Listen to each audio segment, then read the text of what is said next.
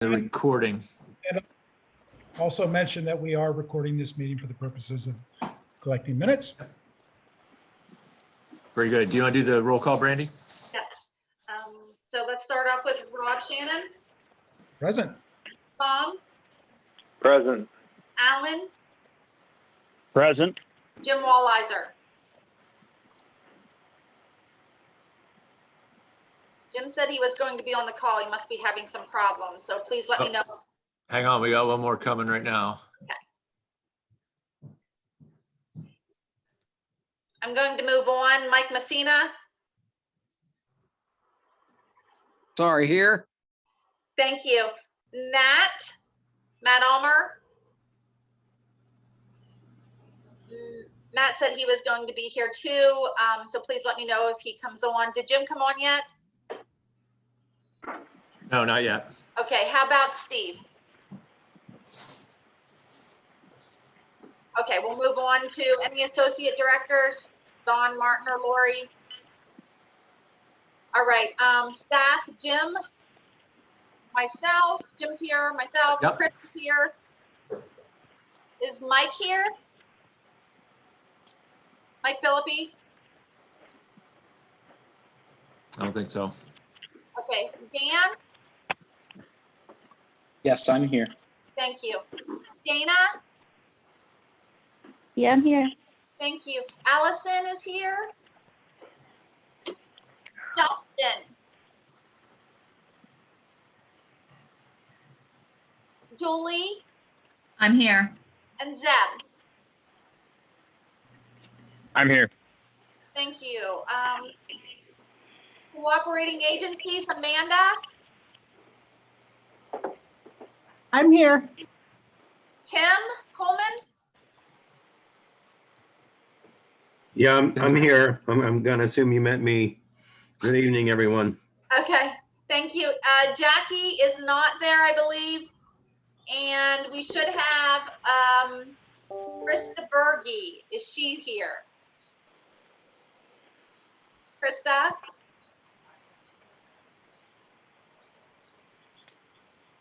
Is she muted, Jim? Nope. I did see her. Oh, her name is here. Krista Berge's here. Oh, I know Your that microphone. this is Yeah, her Amanda. I know name's- that she is on. Okay. yeah, I see her name and her microphone's not muted. Well, hopefully she can hear us. Krista Berge is from USDA. She is the FSA representative for Center and Clinton County. And this will be her first meeting joining us, and she'll be giving a report at the end of the meeting with the cooperating agencies. And I also see that Martin Melville joined us. Martin, are you there? Yes, I am, Brandy. Okay, thank you. Is there anybody else that I did not call? Do we have any guests tonight? There's someone with a number ending 1021. Yeah, that's Zeb. That's me, Jim. Oh, okay. Hi, Zeb. Okay, I think we're good to go, and please let me know if you see the other participants logging on. Very good. Thanks, Brandy. Okay, call the meeting to order. Any public comment at this time? Hearing none, we can move on to the approval of the May 12th minutes, which the directors should have in front of them. Is there a motion to approve? Tom, so move. Is there a second? I'll second that. Mike Messina. Okay, we have a motion and a second. Any additions, corrections to the May 12th minutes? Hearing none, all those in favor of approving the minutes, say aye. Aye. Aye. Any nays? The ayes have it. Thank you. We can move on to the payment of the bills and the treasurer's report. Randy. Okay, so operating expenses totaled, or this report goes from May 1st, May 1st to May 31st, 2021.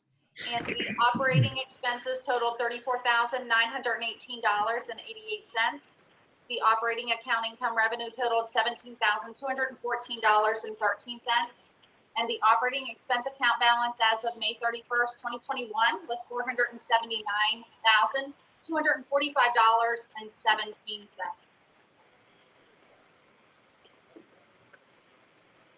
Okay, do we have a motion to pay the May bills and file the treasurer's report for audit?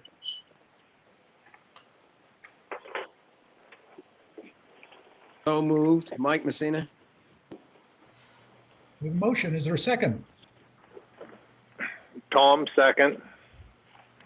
Okay, we have a motion and a second. Any questions, corrections? Hearing none. All those in favor, say aye. Aye. Aye. Aye. Any nays? Okay, the ayes have it. Thank you. Moving on, any correspondence, Jim? Yeah, we just have one item tonight. We received correspondence from the Pennsylvania Envirothon Board of Directors concerning our 2021 Envirothon mini grant reimbursement. The PA Envirothon Board of Directors congratulates you, the Center County Conservation District, on completing your county Envirothon mini grant project. By receiving this grant award, you join a team that helps educate our future natural resource professionals. Enclosed is your reimbursement made possible through grants provided by Pennsylvania Envirothon from the PA Department of Conservation and Natural Resources and Shell Oil Company. Your continued dedication to the Envirothon is admirable and much appreciated.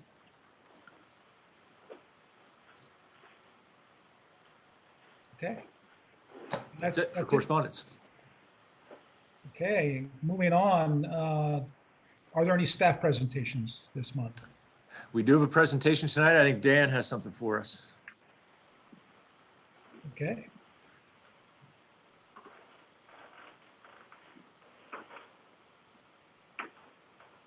I am having a little bit of connectivity issue, so at any point stop me if you can't hear me. So far, so good. Okay, perfect. Are you able to, oh, there you go. You're doing a screen share. Got it.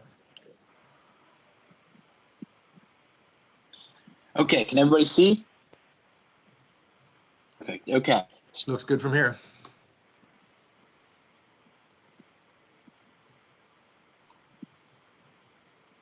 At Grays Woods, it's a nursing home that's going in over here in the Grays Woods area. This is, if you can see my cursor, this is I-99 and this is Grays Woods Boulevard, and Gaynor Road is it's off of Gaynor Road here.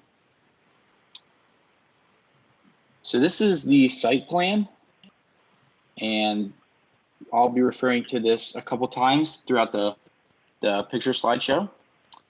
And just to highlight, this is the Gaynor Road here. This is the existing driveway that leads up to the existing property. This is the existing house and garage over here. And what's interesting about this site is that this is an exclusion. This LOD line here excludes this existing property from the rest of the build site. On here are some of the BMPs, the rock construction entrance, the stormwater basin, which will be an infiltration basin for the post-construction, some of the swales, and this is a topsoil windrow that is installed mostly, and I'll leave it at that for now. So this is a couple pictures of the site from Gaynor Road. This is some of the stock that's intact. It seems to be doing its job effectively. And the rock construction entrance seems to be pretty clean. I think the only vehicles coming in and out of this property right now are the property owners. This is some of the stock towards Gaynor Road, be in a little bit of disrepair. I did request in my inspection report that this be replaced. In through here. And this is the other side of the rock construction entrance. Just the sock, a pretty good job. This is a wetland, so it should be functioning pretty well and intact. And then there's the inlet box here that has the inlet protection in it, but it is not receiving any water. It's still quite a bit above grade. And this is a bit of the building footprint. It's kind of like an L. And it looks like they did this excavation quite a long time ago. And it is filled with water. There's probably in this end down here. So much so that this duck was even swimming.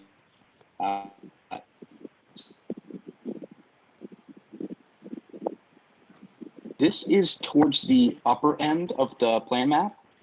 This was a borrow area for the topsoil windrow. And this has become just a little bit of a storage area, I guess. And it's not very well vegetated. Maybe the landowner uses this, maybe the construction people have been in and out of here. But actually the whole site isn't very well vegetated. So that's another note I made in my inspection report. And that's leading to some accelerated erosion. Up here, it looks like this is where the topsoil windrow was supposed to come across here. And they either cut that or never installed it to the plan. So right here on the plan map where the arrow is where that picture was taken. So right above that arrow is where the topsoil windrow was supposed to divert water around that and protect this swale from being sedimented in. And as you can see, the LOD's line is right here, and this is the existing garage. And some of the sediment is actually running onto, as here in these pictures. So right here is the erosion gully, and you can see down in this picture how it's depositing on the existing pavement. And then next, I want to highlight this down here in the bottom right corner. This is the storm basin. Again, it's going to be an infiltration basin.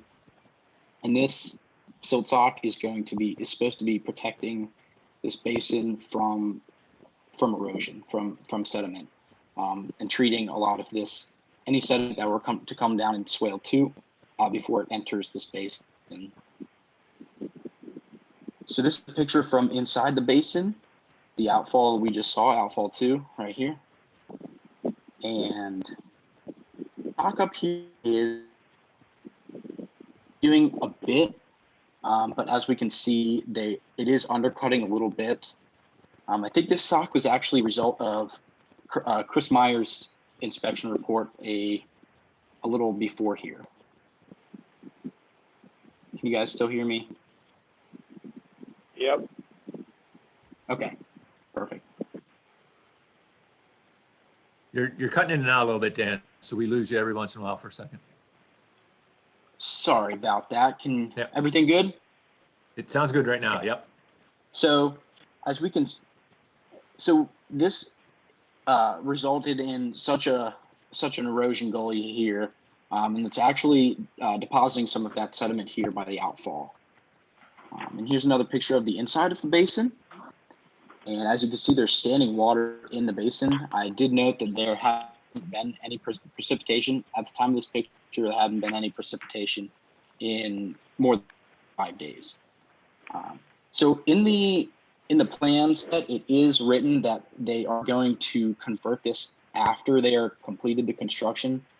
So I'm assuming they're going to dig it out, and they mentioned that they're going to put in filter media and an under drain. But you can see kind of all of the sediment, and it's not very well vegetated, and it's leading to some problems up here. Up here is the outlet structure, and to protect the outlet structure from getting sediment inside of it, they put this piece of plywood board here, and it's not sealed very well. This is probably more than an inch off of the concrete structure. And that's leading to some sediment getting into the inlet structure. You can see it there. This is the inlet hole, and you can see some of the sediment on the bottom here. And that's kind of coming out on the outfall, and this is heading towards Gaynor Road here. And that's my last slide. Does anybody have any questions? Can everybody still hear me?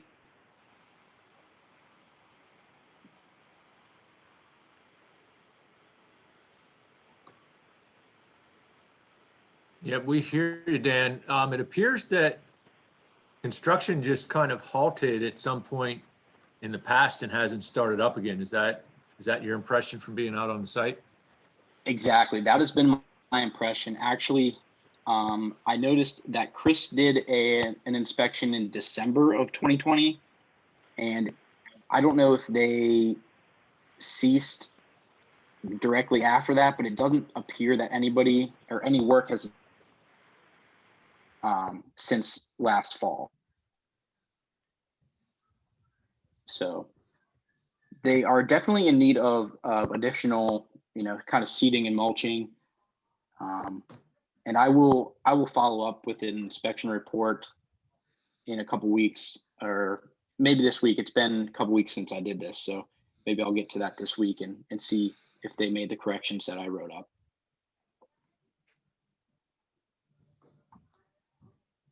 A quick question, Dan. Was the original intention to use what will eventually be the permanent stormwater basin as a temporary basin during construction, or just to use those perimeter control silt socks and so forth for the? Yeah, so it wasn't written in the plan to use that as a temporary basin. This basin was supposed to be put in at the same time as kind of the rest of the construction, the building construction. And then as soon as that basin was starting to be built, this silt sock was supposed to be put along it to protect it from receiving any sediment. So it's not an erosion and sediment control BMP. Okay, thanks.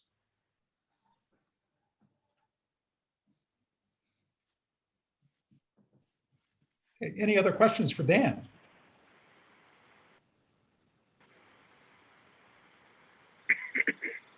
Okay, hearing none. Thanks, Dan. Appreciate it.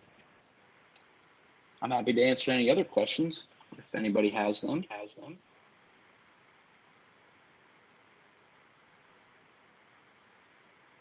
I don't think we have any. Absolutely. So thanks. Yeah. So we can move on to old business. There are no other staff reports, right, Jim? Correct. Just Okay. that one. We have one item of old business then, and that is the bank credit card.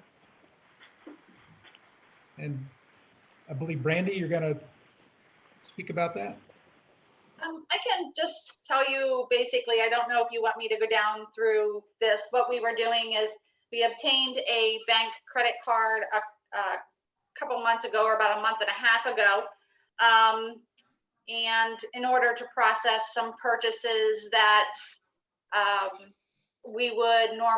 the staff would normally purchase out of their own personal pocket.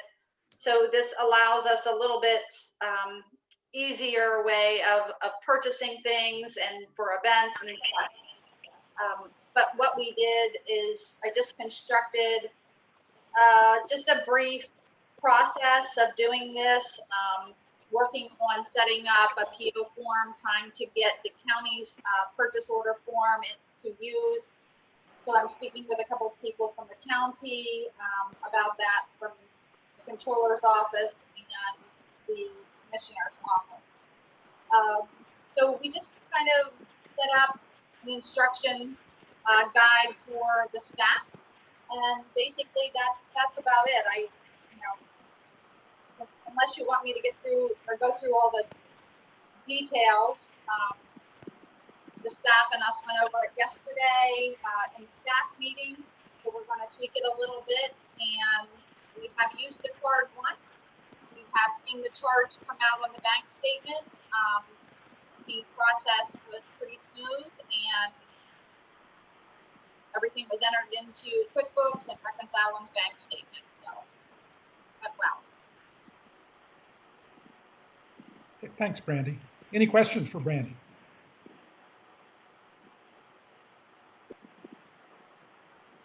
Okay, hearing none, we can move on to new business. Now, there's a couple of additional items of new business that aren't on the agenda that came in at the last minute, having to do with our delegation agreements with the state and cost-sharing funding for different positions that we have. We'll get to those after.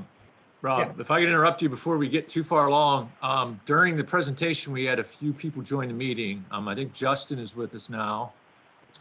And there's also someone with a 610 area code number. Could you introduce yourself, please? Sure. So that's Krista Berge. I had trouble with the audio via the Zoom, so I just wanted to call in with my cell phone. Thank you. Oh, okay, very good. Thank you. Okay. Moving on to new business. The first item is the Dirt Gravel Low Volume Road Program QAB report. Okay, so back in the middle of May, QAB was able to do our site visits. We looked at 8 projects. In the time that we had from the QAB meeting until now, we do have a funding recommendation for the low volume road funds. We're still a little bit away from a funding recommendation for the dirt and gravel funds. So that being said, I put out for the board is, would you prefer to consider the low volume road funding this evening, or wait until we have, or I have everything? I have the dirt and gravel and the low volume, and then make the funding considerations at one time.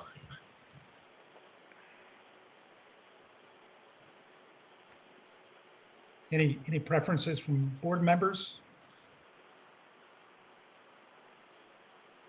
I guess, Chris, I'm assuming that, doing them all at the July meeting is not delaying anything in terms of funding.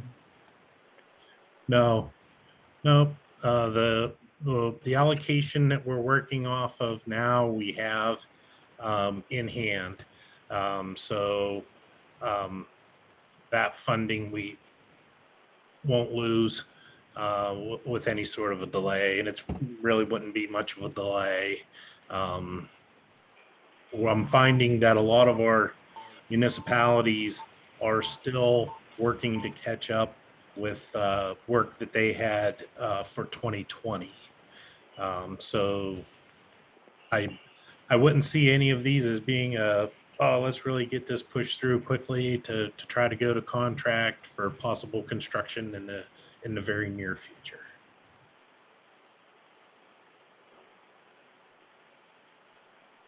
I guess what I'd recommend is maybe we table any decision on the low volume road funds until we hear everything in total. Mm-hmm. Anyone else have an opinion on that? Tom, so move. Okay, then it's in the form of a motion. Is there a second? I'll second that. Okay, we have a motion and a second to consider both the low volume road and the dirt and gravel road funding next month. Okay. Any further discussion or comments? Hearing none, all those in favor say aye. Aye. Aye. Any nays? Okay, the ayes have it. So Chris, I guess we'll wait till next month and get a full report on hopefully everything. Right. Yeah. All right. Yep, that's good. Mhm. Okay, thank you. Sure. Okay, the next item of business is the cooperation agreement with Center County for CAP funds. Yes, a little bit of background on that issue. As the board's aware, we recently were awarded Conservation Excellence Grant funding from the State Conservation Commission. And several of the projects that we plan to fund with that grant are going to be getting funding from multiple sources, including the county CAP funds that we're obtaining through our watershed implementation plan. As we started planning those, we realized we didn't have a good mechanism for administration of those projects in cases where we were getting multiple funding sources. Because of that, we contacted the commissioner's office and started a dialogue. And it was decided that the most efficient way to proceed would be to have one entity administer all the funds for these projects. So it was proposed that in the case where we have projects utilizing both CAP funds and CEG funds, that the Conservation District would be the administrating agency for those projects and those funds. In order to make that happen, the Commissioner's Office proposed this cooperation agreement. And it basically just sets forth that the county, Center County, is in receipt of DEP funds under the Chesapeake Bay program. And those funds are intended to assist water quality projects throughout Center County to achieve nutrient sediment reduction goals established by the Phase 3 WIP watershed implementation plan. The Conservation District has funds available for projects to be funded by this grant funding, but their funds are in addition to this through the Conservation Excellence Grant. And the county and the district desire to have a singular implementation of the CAP and the CEG funding sources. So they're proposing this agreement for us to do the administration of that.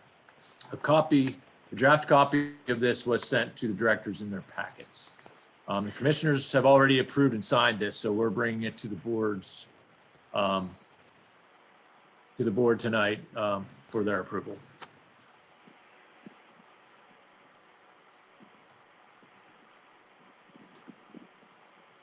Okay, do I hear a motion for approving the cooperation agreement between the county commissioners, between the county and the Conservation District for these CEG and CAP funds?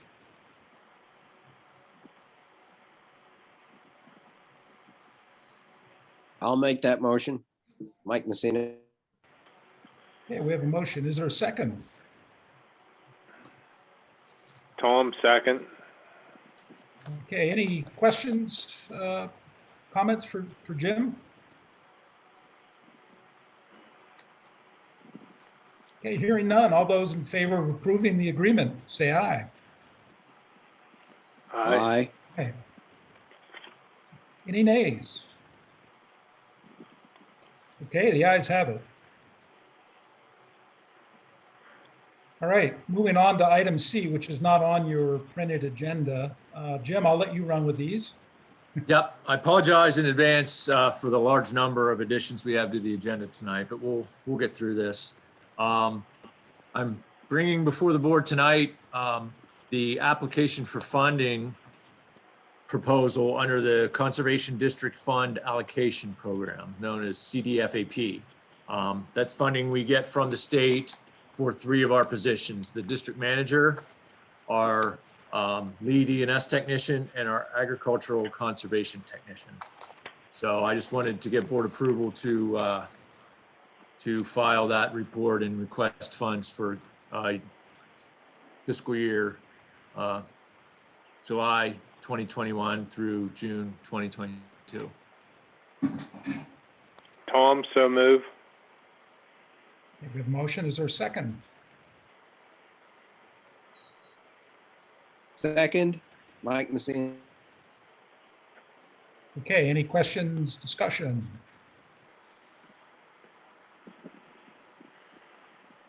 Hearing none, all those in favor of approving these funds, say aye. Aye. Aye.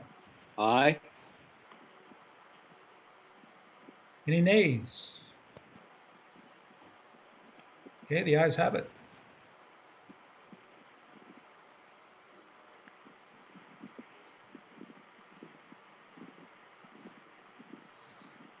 All right, very good. The next item is the CDFAP Agricultural Conservation Technician Assistance Program request for funding.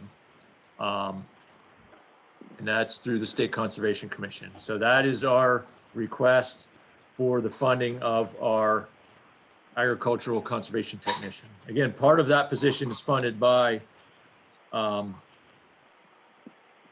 the funding source we just approved, and then this outlines the other sources that fund that, namely the nutrient management program and the unconventional gas well program. So I'm requesting bring this to the board for approval to file this with the State Conservation Commission. Jim, may I add something to this? Mhm. I just want to clarify, and I'm hoping I didn't miss you saying this, but this is for the fiscal year 2021 through 2022. So it runs from July 1st of 2021 through June 30th of 2022. Just to clarify. Yes, correct.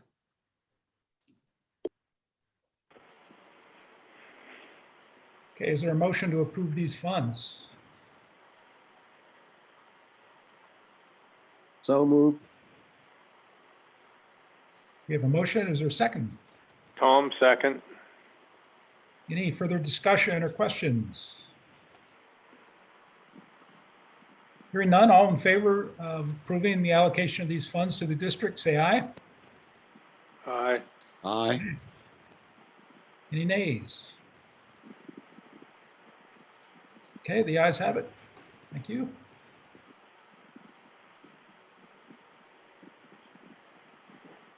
Okay, very good. Thank you. The next item is our nutrient management and manure management program delegation agreement proposal. Like the others, this is for the time period July 1, 2021 through June 30, 2022. And it outlines our responsibilities and our funding request for our nutrient management technician 1. Okay, is there a motion to approve this delegation agreement? Tom, so move. Is there a second? I'll second that. Mike Messina. Okay, we have a motion, and a second. Any questions, discussion? All those in favor, say aye. Aye. Aye. Any nays? Okay, the ayes have it. Thank you. Right. Yep. Thank you. The next item is our Chesapeake Bay program technical agreement for our Chesapeake Bay technician. So this request goes to the DEP and outlines our strategy for implementing the Chesapeake Bay program in Center County and requests the appropriate funds for us to fund that position.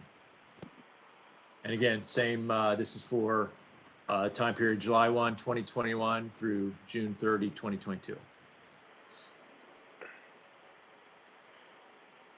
Okay, is there a motion to approve these funds? So moved. Mike Messina. Tom, second. We have a motion and a second. Any questions, discussion? Hearing none, all those in favor say aye. Aye. Okay. Aye. Any nays? Okay, once again, the ayes have it. Very good. The next item is our watershed specialist grant. And it's a request to renew that funding program.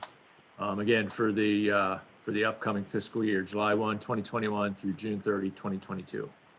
So that's our funding request for funds to pay for our watershed specialist position. Tom, so move. We have a motion. Is there a second? Second, Mike Messina. We have a motion and a second. Any further discussion or comments? Hearing none, all those in favor of approving the watershed specialist funding for the next fiscal year, say aye. Aye. Aye. Any nays? Okay, the ayes have it again. Thank you. Yep, very good. The next item we have is a request for a letter of support. I don't think the directors have this in front of them. This came in a little bit late. Dana was working on this. Dana, I wonder if you could maybe jump in and give some of the details on this request? Sure thing. The request is for a letter of support to send to the Chesapeake Conservancy for them to be able to apply for Growing Greener funds for a project we are working on together, which is the Fogel project. We've talked about this project in the past couple months as far as trying to secure CED funding, some of the CAP funding. It's a very large, intensive project with a lot of excellent BMPs, both ag and stream related. And I'm not going to read the whole letter of support, but it is a letter written to the president and executive director of the Conservancy, Chesapeake Conservancy, from the board, our board, a letter of support to support their Growing Greener grant application. I'm only going to read one paragraph to outline some of the details. It's the most important paragraph that talks about the details of the project. One restoration project in the Half Moon Bald Eagle catchment where the Conservation District is providing technical assistance is included in the Conservancy's proposal as a shovel-ready project for the Fogel Farm. This property is a large source of sediment and nutrients to Half Moon Creek and is likely a major contributor to the impairment in this section of the stream.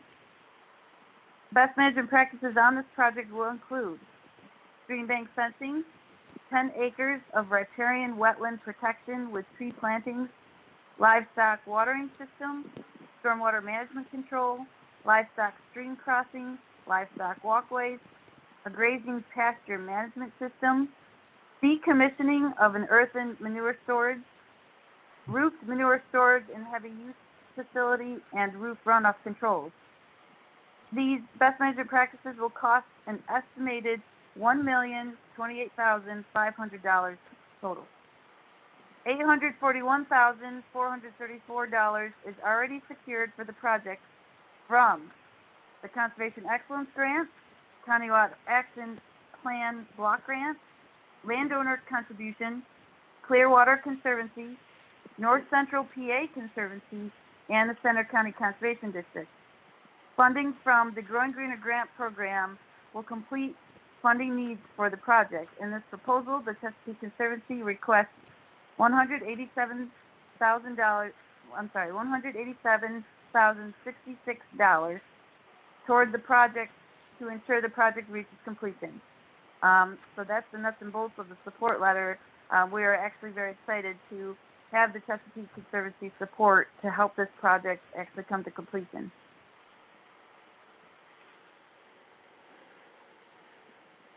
Tom, I move we write a letter of support. Okay, we have a motion. Is there a second? I'll second that. Okay, we have a motion and a second. Any further questions, discussion? for Dana or anyone else? Okay, all those in favor of providing a letter of support to the Chesapeake Conservancy, say aye. Aye. Aye. Aye. Any nays? Hearing none, the ayes have it. Thanks, Dana. Thank you.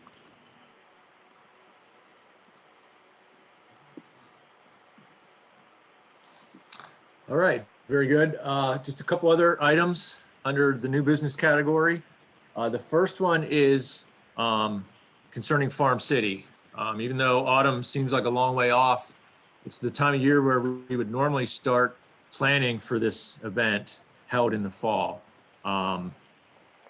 We basically canceled all associated events last year due to COVID. It seems like things are moving toward opening up this year. So we started having a discussion among the staff about this event and wanted to bring it up to the directors to get any input they may have. There's a Farm City committee that normally plans this event.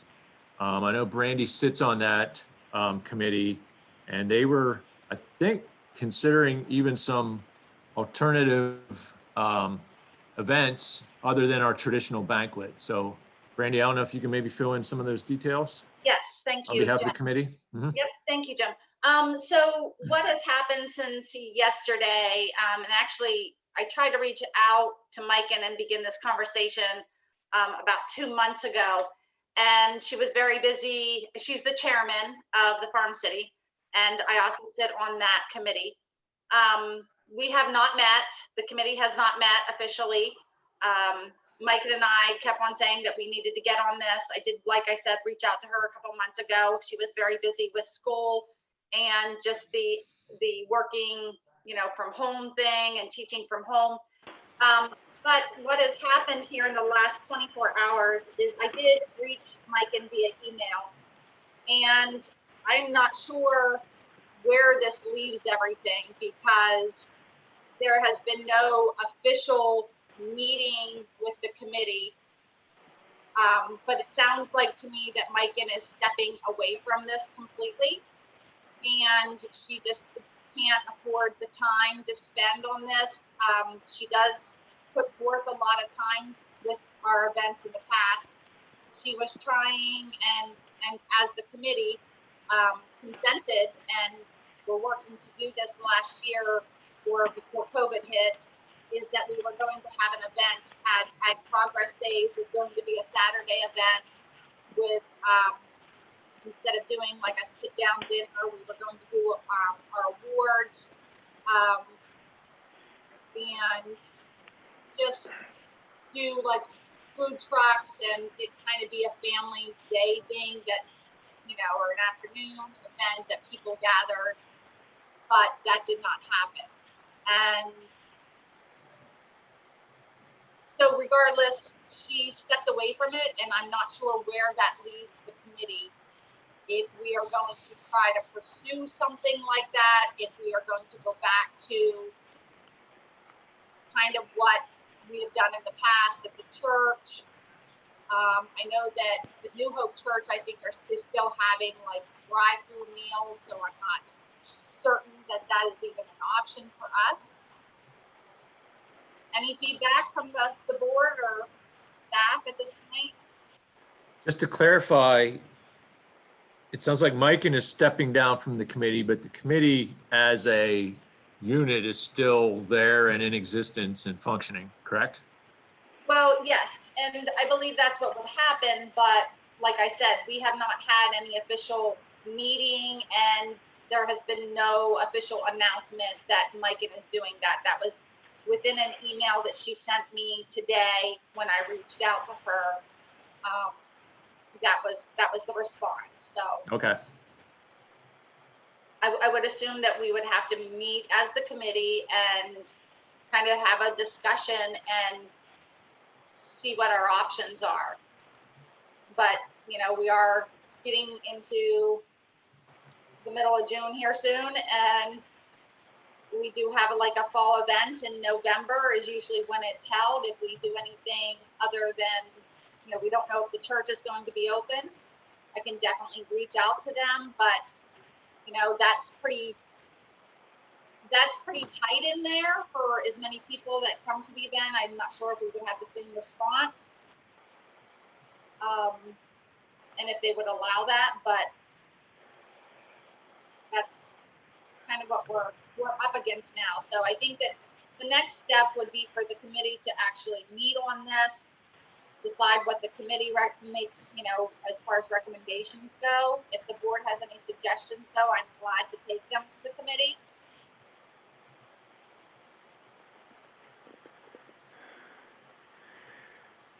Tom, I think we should ask the committee for recommendations for next month's meeting.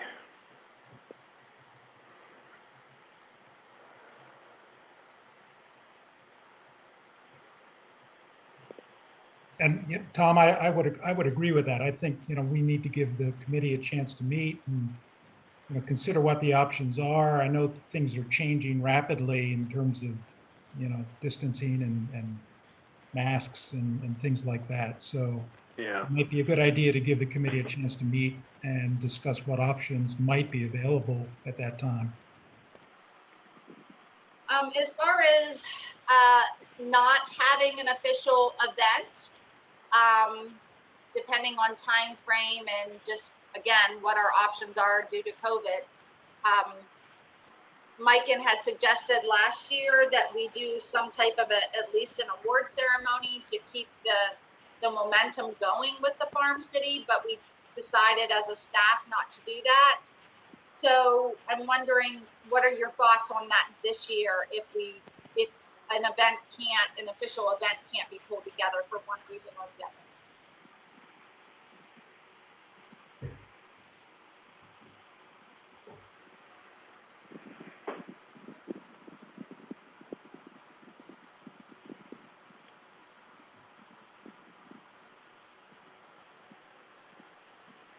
So just to be clear, we're talking about the awards that the district typically gives out at that time. Is that correct? That is correct, Yeah. Rob. The awards that the district gives out is kind of separate from the committee. So the staff Right. does the awards and decides who's going to get those awards, and that's the conservation district itself. And the committee actually plans the event around that. Okay. Does that answer your question? Well, yeah, sort of. I guess what I'm getting at is I think it would be, and this is just my opinion, nice to recognize the individuals or families receiving or organizations that are receiving the awards from the district in some way, whether that's part of Farm City, a formal Farm City event or not. But we ought to consider some way to do that by, late in the year. But that's my opinion. Other board members, any opinions on that? We've traditionally good. had, I'm sorry, Tom, I was just gonna say, we traditionally have these awards presented at the Farm City event. So I think the first step is to find out what that's gonna look like. And then depending on what that answer is, we could then decide how the awards are gonna be presented. Okay, so I would like to reach out and actually have a conversation. I tried to do that after I received the email today from Mikan, and see how she wanted to kind of step down off of the committee with a meeting or something, so that there could be another chairman elected and we can kind of move forth with this. I will send out an email to her again to see if I can have a discussion with her, if she's willing to, put an official, declining being the chairman for this year, and we can kind of move forth with this with the other committee members. Does that make sense? I'll try to get some recommendations. I mean, if they're saying no they don't have the time or the willing to plan the event, then as the district, I agree with Rob that awards should at least be given out and recognized somehow, some way through the district.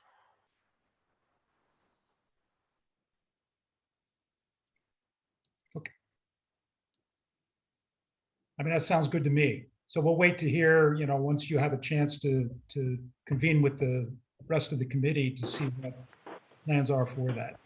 Okay, thank you. Thanks, Brandy.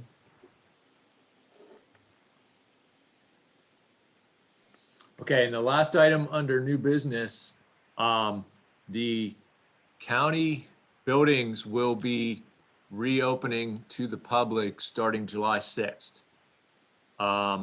The commissioners will, at that point, start meeting in person again. So I wanted to check with the directors and see if they have a desire to perhaps meet in person for our July meeting. Yes, please. And that meeting would be what, the week following the 6th?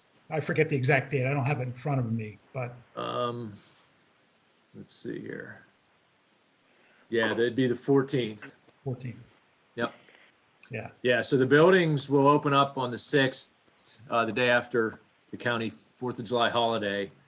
And I double checked with the commissioner's office, the buildings are open and we would be able to meet as we normally do on Wednesday night.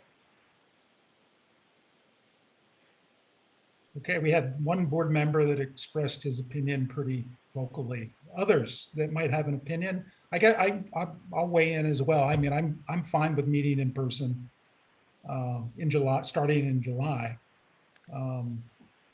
And board members that might not be comfortable doing that we could still provide a mechanism to Zoom in remotely, come in remotely. Yeah, I checked on that, Rob. If a director, can call in and still be a participant in a meeting, and the answer I received back from Jackie Kerstetter at DEP was that a board member can participate in a meeting via, a Zoom platform or a phone call, as long as the following criteria is met. They have to have the same materials at hand as the other attending board members. They have to be able to clearly communicate throughout the meeting, and they have to attend the meeting in its entirety. They're not allowed, they can't just show up for a single agenda item and then leave the meeting. So I think, given that, we would have the ability to have a board member call in if that would be their preference. So I guess we ought to decide what we're going to do here in the mechanism of formal motion. If anyone's willing to make that motion to start meeting in person. I move we get back to meeting in person in July. Okay, we have a motion. Is there a second? I'll second that. Mike Messina. Okay, we have a motion and a second. Any further discussion, comments? I know he's not on the call tonight, but I saw Jim Walliser in person last weekend, and he expressed a strong desire to start meeting in person again. Maybe he has regular problems like tonight. He can't attend, so he really wants to meet in person as well. Good. Any other comments? Okay, we have a motion and a second. All those in favor of starting to meet in person for our monthly board meetings starting in July next month, say aye. Aye. Aye. Aye. Any nays? Okay, the ayes have it. It'll be great seeing you all live. That is it for new business, Rob. Okay, thank you.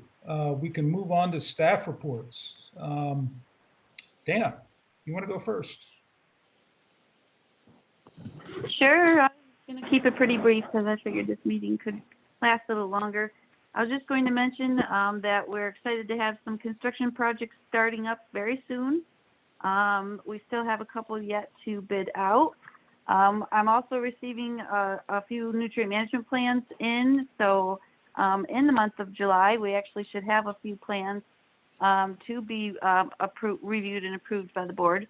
So that'll actually be very nice that we're together and everybody will actually be able to look at them. So that's it. There is a lot of my report. Is there any questions out there from anyone? Questions for Dana? Hearing none. Dana, I'll just mention that your excitement over things drying out was pretty evident in your monthly report. Oh, okay. Very good.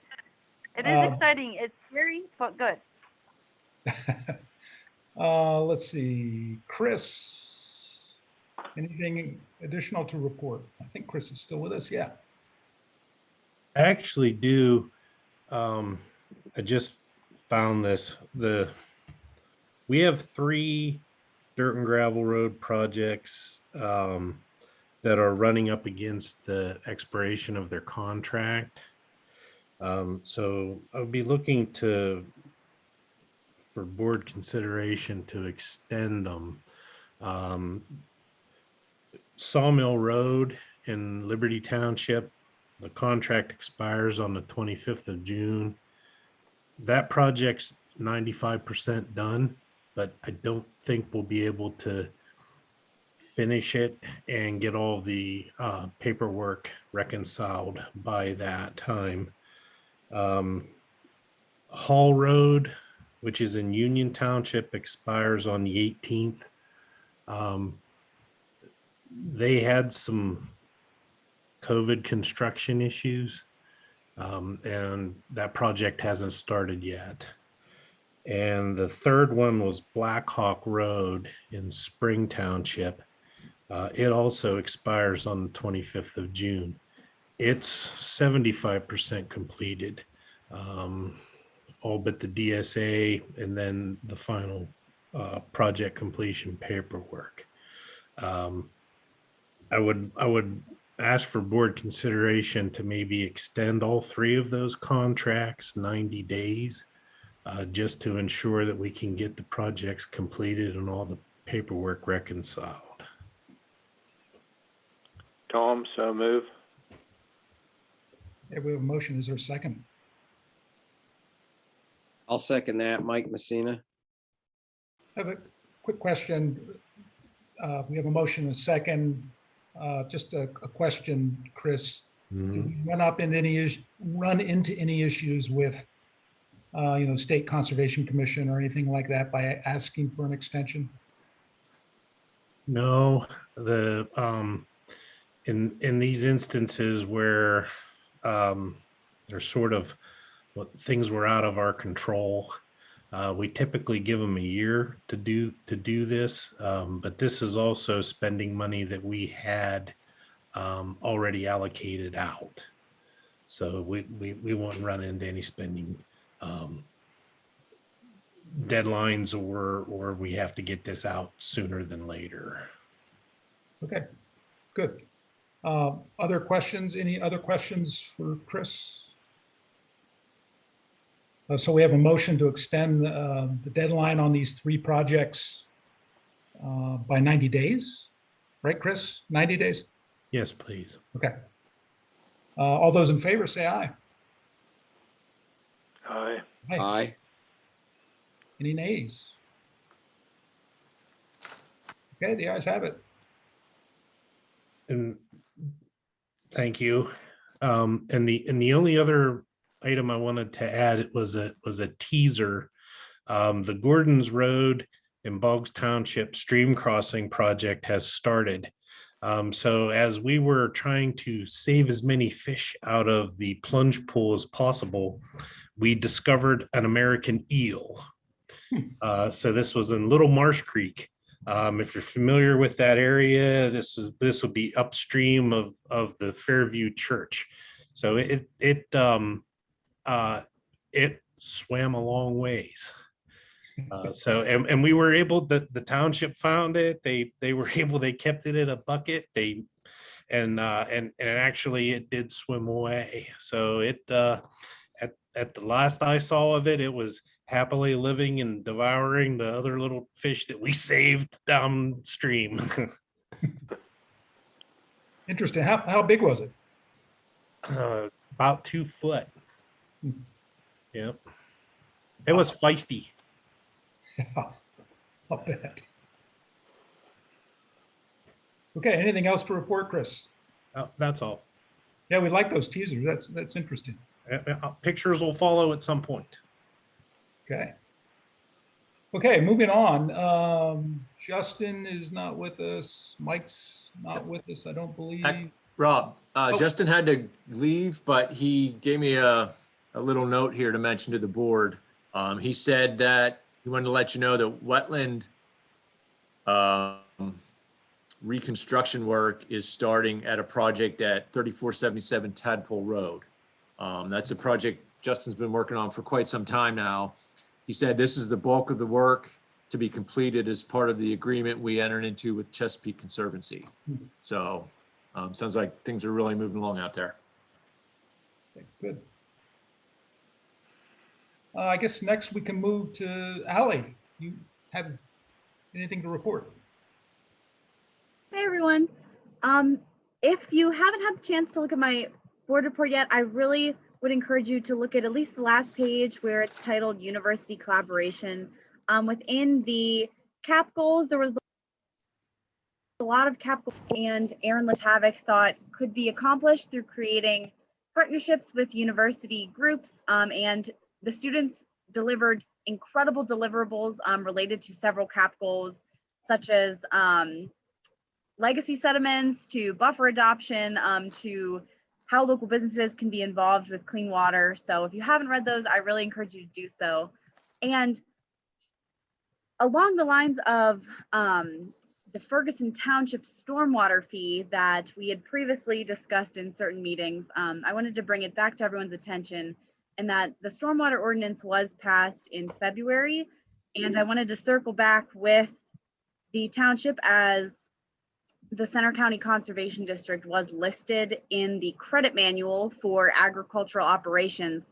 So Jim set up a meeting with Dave Modriker, who's the Public Works Director at the township, and we discussed how this fee would affect agricultural operations, as well as the processes for how farmers can qualify and apply for credits.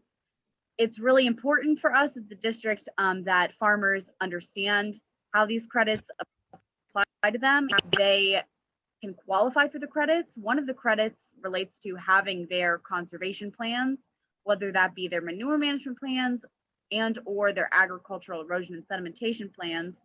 So I put together a letter that Dana and I plan to send to I ran a GIS query, and I hope that it captured most of the agricultural parcels in Ferguson Township. We cross-reference it with our local farmer knowledge, and we think that it's pretty inclusive. But I would like to read the letter to the board for approval prior to sending, if that is all right with everyone. Sure. Thank you.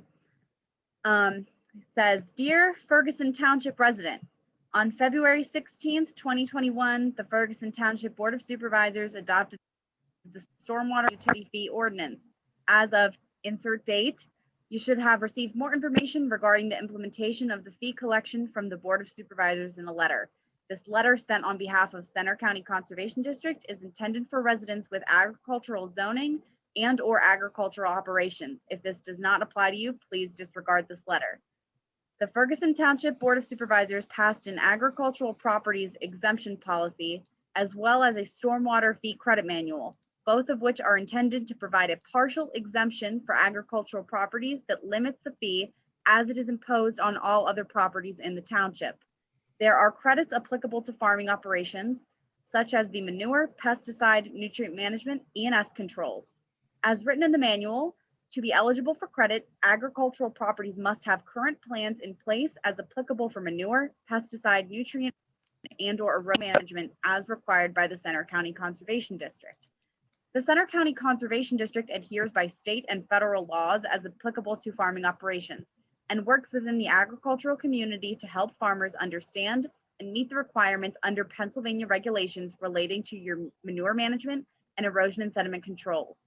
All farming operations in Pennsylvania are required to meet Chapter 102 regulations through the use and implementation of agricultural erosion and sediment control plans. These plans address long-term crop production while minimizing soil loss. If an agricultural operation has livestock and/or applies manure to their land, the operation must be in compliance with Chapter 91 through the use and implementation of a manure management plan. This plan addresses environmentally sensitive areas, animal concentration areas, pasture management, manure storage, and applicable setbacks. The landowner and operator are jointly responsible for implementing these plans. The Center County Conservation District is here to help you obtain your required plans if you do not already have them. We have a grant program available that allows us to pay a plan writer to develop plans for farmers. The grant requires the farmer to pay $50 and the district pays the plan writer for the remainder of the plan, anywhere from $350 to $950 per plan. If you have your plans and would like to apply for this credit, the Conservation District does not need to view these plans. You can scan or provide a physical copy of your conservation plans to Ferguson Township. Please call the Center County Conservation District if you are interested in signing up for assistance from the contract plan writers or learning more about your conservation plans at 814-355-6817. Add farms to our waiting list on a first come, first served basis. For all questions related to stormwater fee implementation and collection, please refer to Ferguson Township representatives. Sincerely, the Ag staff. Sorry, that was long, but thank you all for listening. Great. And you're seeking board approval, a motion to send this letter? Correct? Yes. Okay.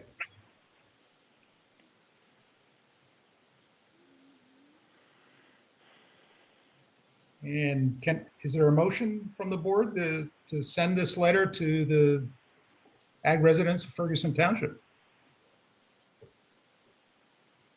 Is Alan so moved? Okay, we have a motion by Alan. Is there a second? I'll second that. Mike Messina. Okay, we have a motion and a second. Any further questions or discussion for Ally?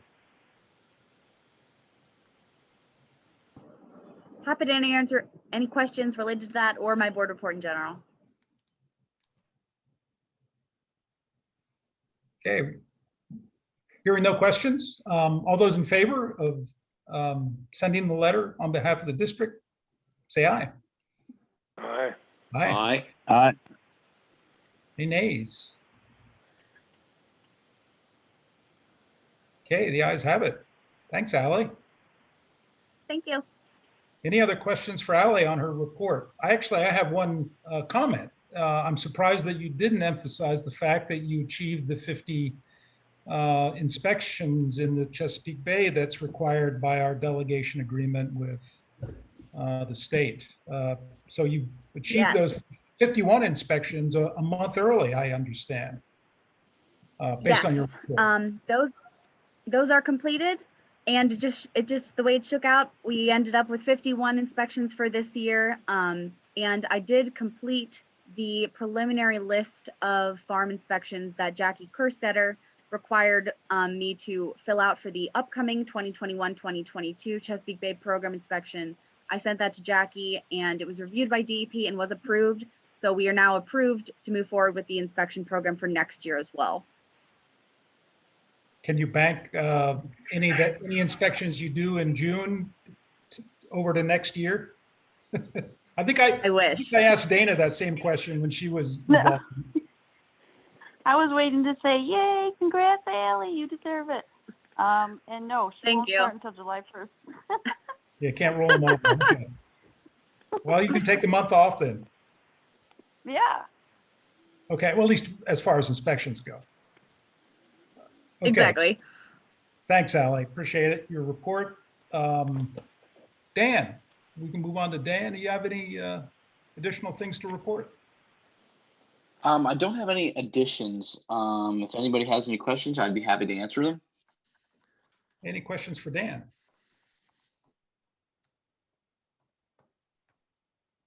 Hearing none. Thanks, Dan. Yep. Randy, anything additional to report? No, I do not have anything additionally to support. Okay. Julie. All right, so we concluded the poster contest for PACD. It was very little that came in through this year. We received 3 from one teacher. They were good. They were really good. I am impressed. Brandy, include those in the board packets. I do have the copy of the first place that was chosen, which was Ava White.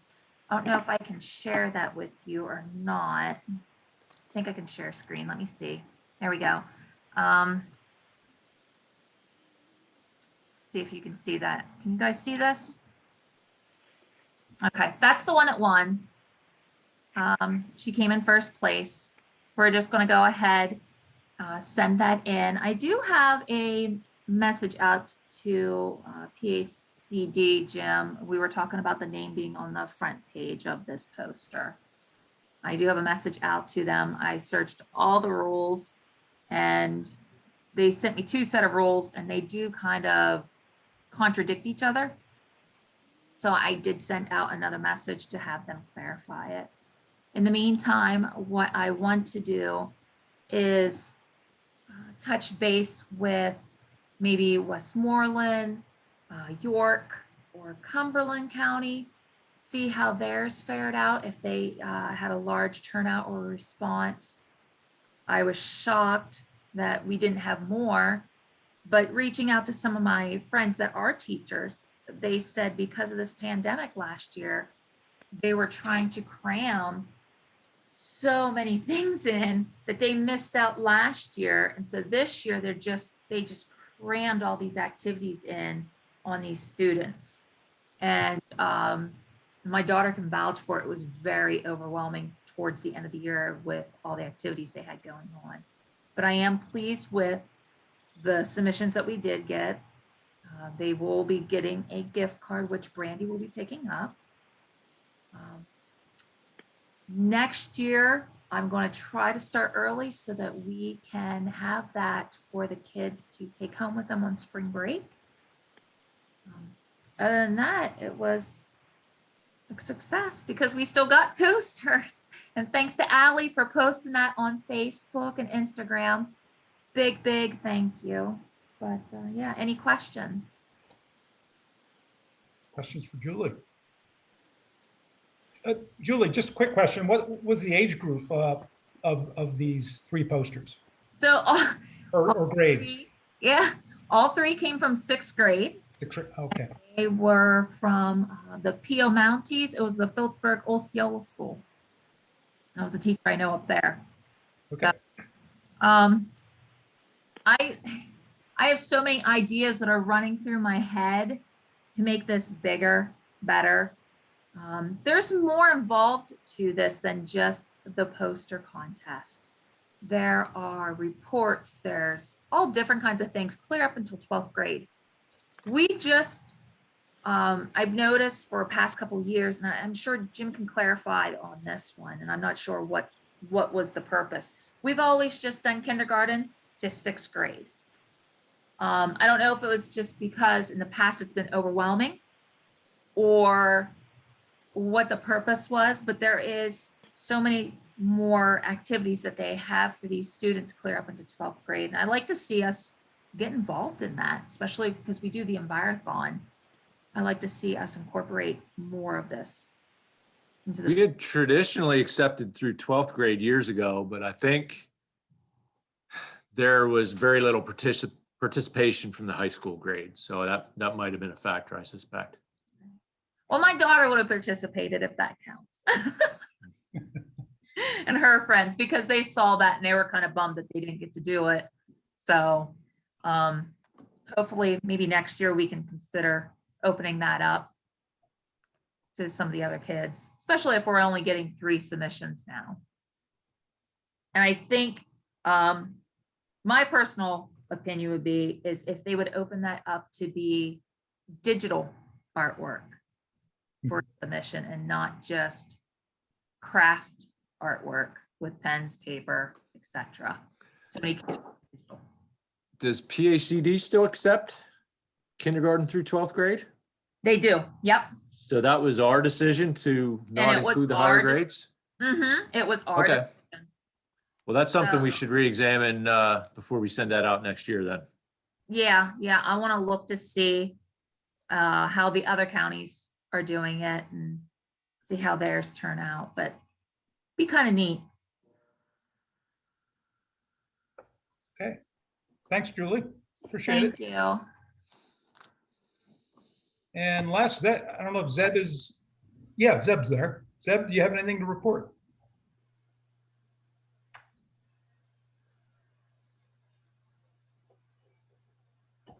Yes, hello, can you hear me? Yes. Yeah. The only thing I wanted to say in addition to my report that I submitted is in terms of the remaining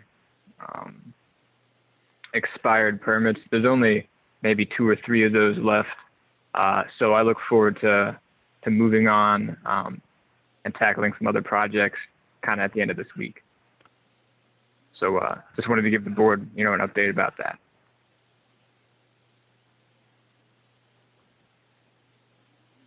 Thanks, Zeb. Appreciate it. And for those of you that don't recall, Zeb is our summer intern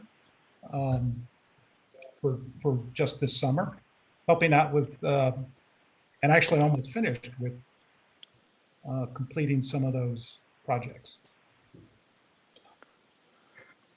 All right. I think I've got the entire staff with the exception of you, Jim. Yep. The thing I wanted to mention was the office is opening back up. I already mentioned that the county buildings will be opening up to the public on July 6th. Staff will be returning to the office full-time on June 28th, so at the end of this month. So at the moment, we're in a transition. Staff are still at times working remotely, at times in the office. So we're in a transition now, and we'll soon be back in the office full-time and opened up and hopefully back to almost normal. Great. Any questions for Jim? Okay, hearing none, we can move on to cooperating agency reports. Actually, Rob, if you let me interrupt you there just a moment. Yeah, sure. I had spoken to Tom a little bit earlier this week, and he was requesting that we add an agenda item. It's not on the agenda this month, but maybe we can add it as a recurring item for him to give us an RC&D report. Tom, do you have a report for us tonight? Yeah. We're waiting for training, and then we're going to start our committee work. And then I also wanted to report, I reviewed the bank statements, and I did that on June the 7th, and I didn't notice any discrepancies. Okay, thanks, Tom. And we'll make sure we add that as a regular item on the monthly agenda. Okay, thank you. Okay, any questions for Tom? Okay, now we can move on to the cooperating agency reports, and I guess we'll have Krista go first. Krista, I'm sorry, I don't have your last name in front of me. That's okay. It's Krista Berge. Can everyone hear me okay? Yeah. All right. I apologize for my audio issues earlier. So I am the new County Executive Director here at the Clinton County Office of Farm Service Agency. So I know you're all familiar with Amanda, and I'm kind of her counterpart on the other end of the Farm Service Agency spectrum with the farm programs. So I'm in the process of introducing myself to all the partner agencies and many of the area producers as well. Just a couple of quick notes on what we have going on right now at the agency. Our crop insurance branch of the USDA just recently announced a program this month. And it already has a deadline coming up of June 15th. But I think what is pertinent for all of you to know is that the goal of this program, which is called the Pandemic Cover Crop Program, is to help ensure that agricultural producers who are already practicing conservation practice with their cover crop have some financial support during this COVID pandemic timeframe to be able to continue that. So basically, it's through crop insurance, and eligible producers, for the most part, are those who planted their qualifying cover crops, usually last fall, and are following them with another qualifying insured crop with the crop insurance agency. And these producers will receive $5 an acre for each of those applicable program acres, up to the amount of their full crop insurance premium. So kind of their big fee that they would pay for the year for that coverage. So it really does alleviate potentially quite an amount of money for these applicable producers this year. These producers, as I mentioned, must go to the Farm Service Agency, contact us somehow to be able to report this by June 15th to be able to qualify. So we are in the throes of trying to contact as many producers as possible, but certainly the more people that hear about this can call the office and get some additional assistance. So I did supply an attached fact sheet for that program as well. That should be in the agenda packet also. Two quick updates on some of our other CREP and CRP programs. One, we have an update that producers who are looking to enroll or potentially re-enroll their contract this year with us may be affected by the following update. Our soil rental rates, which is our rates per acre, are currently being reviewed by our national office for USDA. We do not know when this final rates will be released for our use in working with the producers. But I know that USDA as a whole is trying to concentrate more on conservation right now. So I believe they're re-examining some of the rates that were in place with the prior administration.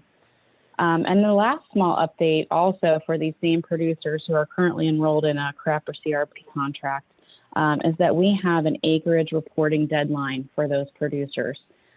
This policy has changed a little bit throughout the years, but right now it is in place where these producers do need to contact our office to make sure that they report those acres that are enrolled in the contract as kind of a point of touch base with us to ensure that they are continuing maintaining that practice during the course of their contract with us. So certainly we are welcoming anyone that would like to report with us prior to that July 15th deadline. So those are the only updates I have, and just wanted to take that opportunity to introduce myself and say thank you for allowing me to join with all of you. Thanks, Krista. Welcome aboard.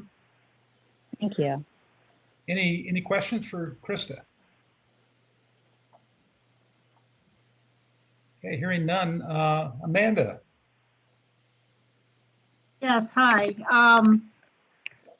I did submit a report, and just where we're at with contracting, we are still continuing contracting for our EQIP program, Environmental Quality Incentive Program.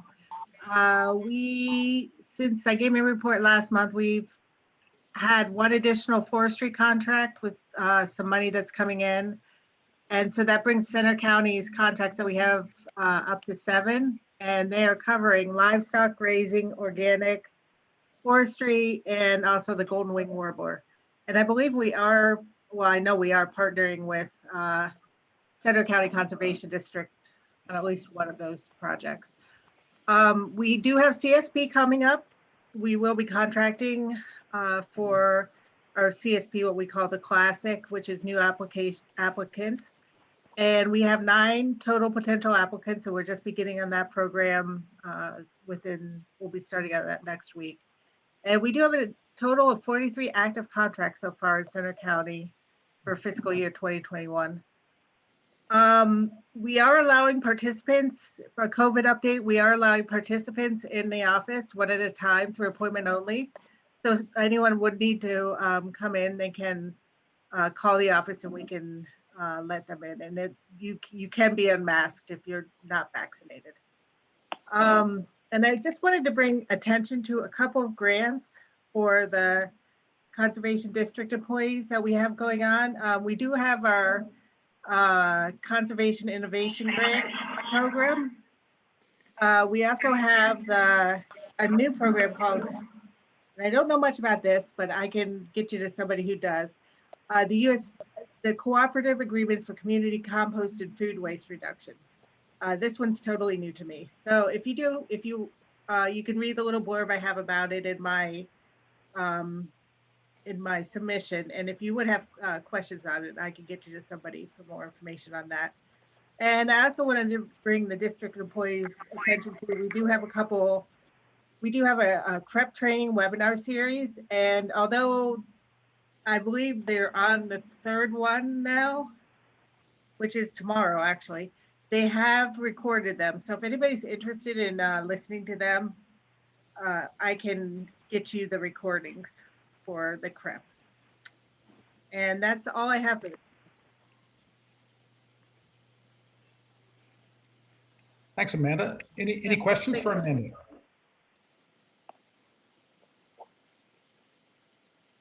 Okay, thank you. Thanks a lot. Yeah, Tim. Well, good evening, everyone. 4 quick topics concerning insects and disease. The first would be the cicadas. They seem to be hit or miss. If I drive down a highway, I can hear them one spot and then the next there's nothing. So apparently, I think the population is less than to be expected.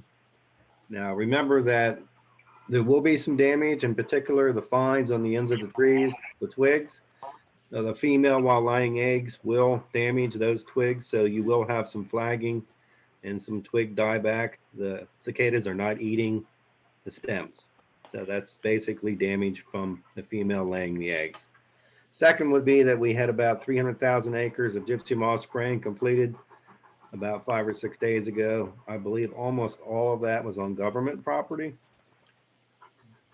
Third would be the hemlock woolly adelgid. I'm noticing on some of the hemlocks that were severely damaged, they are recovering. You'll go another area and find another pocket where they are still severely stressed. So to me, that means that's promising in that we don't have widespread mortality and damage continuing like we did probably 8 to 10 years ago. So hopefully maybe the hemlock woolly adelgid is mimicking, if you will, the gypsy moth, where they're starting to find their niche and not replace species or kill off a species like the emerald ash borer did. And the fourth would be the white pine is still dropping needles unexpectedly. That's basically a needle cast. The concern that I have with that is it's affecting the old trees and the younger trees. So you're finding mortality in all age classes. DCNR operations are returning to normal, not fully normal yet. We still have masking that's required after a certain number of indoor participants getting together. The magic date seems to be June 28th for most people. We do not have entry into the buildings even as of June 28th. We're sort of at the mercy of CDC and the governor, and he will decide through CDC and his decision-making process of when DCNR and the other state agencies can get fully back to normal. May have mentioned before, we do have actually 8 campsites. They're primitive campsites, motorized, where there's no facilities such as bathrooms and that sort of thing. They are no charge. They've been pretty popular this last year. So they're filling up, and they have filled up for most weekends. So there are some camping opportunities on the Rothrock. And again, there's 8 of those sites. I think I may have mentioned the last meeting that the firewood cutting permits The process has changed. You used to be able to get a firewood cutting permit pretty much all year long. Due to some wildlife concerns, we do not have active permits now until September the 15th. So if you wanted to get a firewood cutting permit on the Rothrock, it'll have to be September 15th or later. We did have 2 late season fires for a total of 32 acres. One was publicized. I got a chuckle out of the news reports. One of the fires was close to Trough Creek State Park. 2 stations pronounce it as Trowel Creek State Park. So I don't know if anyone saw the newscast or not, but I got a chuckle out of that. The fire at the Trough Creek, it was pretty interesting. We actually had some aircraft participate in that suppression. We coordinated with the Army Corps of Engineers for collection of water with the buckets and that sort of thing with the helicopter and the plane. So the Rangers had to clear off a stretch of the lake. So it was cooperating agency work that actually put that fire out. Interestingly, that one was only 6 acres. And the second fire was down near Mill Creek, and that fire was about 26 acres. Trough Creek fire, Tim, what caused that? Do they know? We're pretty sure, but until we're completely sure, we're Can't not. say. We're not. Yeah, we're not Okay. releasing exactly what that was. We're pretty Okay. sure. Where it was located, there were no power lines. There were no campfires. So you can deduce from there that it was probably man-made, but we're not positive yet. Okay. DCNR did participate in a timber show on the 4th and the 5th of June. According to the manager, Jesse Darlington, the attendance was down. I think there were several factors for that. Interestingly, Jesse said that a lot of the smaller concessionaires did not attend because they just did not have product. So apparently there's a shortage of all kinds of things in the country right now.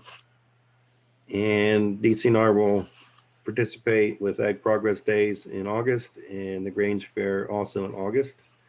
Dana, if you could do me a favor, if you can get about 10 or 15 talking points together for your part of the Ag Progress Days buffer demonstration area, I would greatly appreciate that. So we will greatly miss you this year. And the last thing I have is we have finished the traditional planting on the Dobler tract. Hopefully that's going to be a demonstration area that's up and running to replace the old demonstration area. Maybe next year for Ag Progress Days, but probably the following year in 2023. And if there are no questions, that's my report. Questions for Tim?